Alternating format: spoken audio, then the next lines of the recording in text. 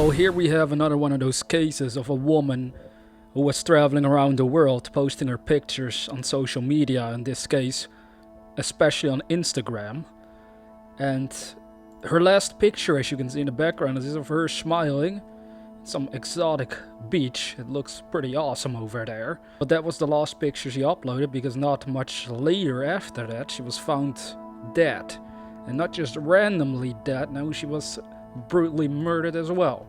Kind of reminds me of that case I shared about the Amazon, the woman who died in the Amazon while she was there on a journey of her own.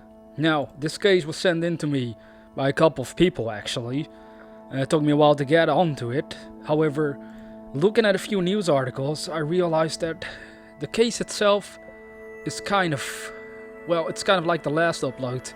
There's just not a whole lot of information to it at all.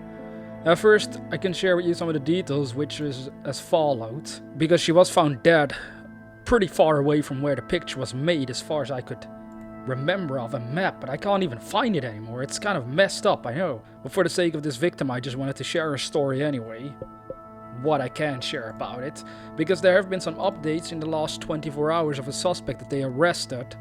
However, as one news article stated, after this picture was made on the screen, she disappeared and her family traveled to Panama to identify her body and bring her home.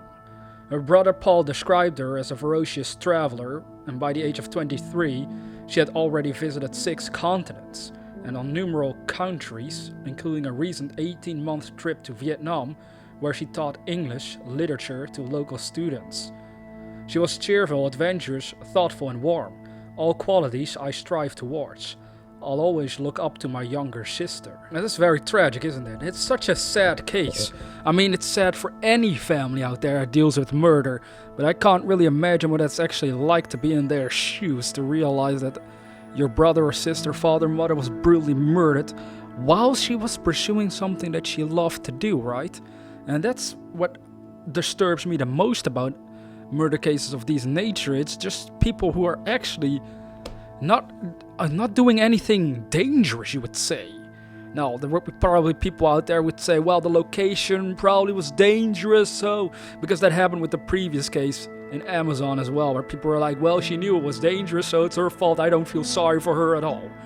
Maybe there's people that feel the same way about this woman. I don't know about the actual area, if it's dangerous or not, but the fact still remains, this woman was also another person that was just pursuing what she loved to do in life, traveling, seeing the world, even helping people in other countries, teaching them English and stuff like that, and then she ends up brutally murdered. Where's the justice in that? There is none. I just can't agree with just saying, well, she had it coming.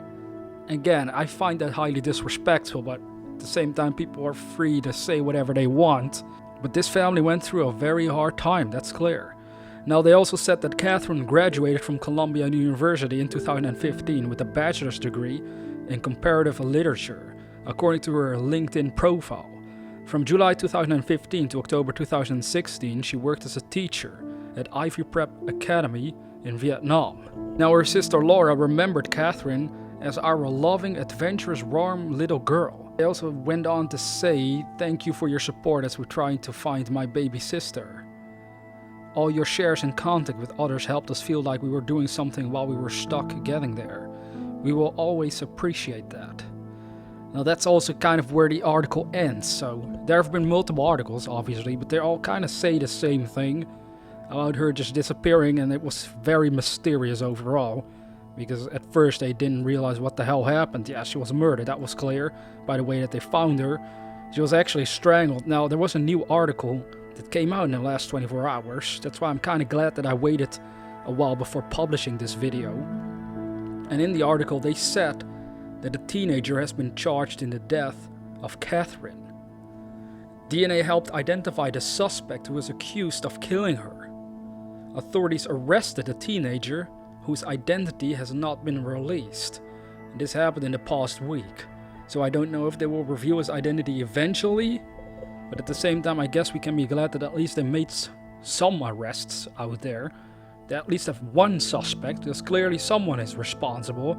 Now, she was found strangled, by a pink Perio Beach cover-up she had been wearing. The body was found on a beach on February 5th, 3 days after she was reported missing. This actually happened in February this year, and the picture was posted on the 28th of January 2017. And it said, "I found paradise," and it's called Isla Ina. I think that's how you pronounce it, or something along that line. And it does look like paradise. So in a way, I guess some comfort we can find is that I always feel kind of bad saying this, but she died while doing what she loved. It's better than someone hating their life and then also being brutally murdered. So I hope that nobody takes that out of context. I hope she's resting in peace, and I'm glad after months they finally arrested someone at least. There's probably new information gonna come out over the upcoming months, who knows. So if you want to keep an eye out for it yourself, now you know this victim's name and you can look it up on Google. I'll have the links to her Instagram in the description box below if you want to check out her pictures, because they look pretty cool actually. She has some beautiful pictures on there, I'm not gonna lie. So it's very sad that this all had to turn out the way it did. As always, dear viewer, have sweet dreams.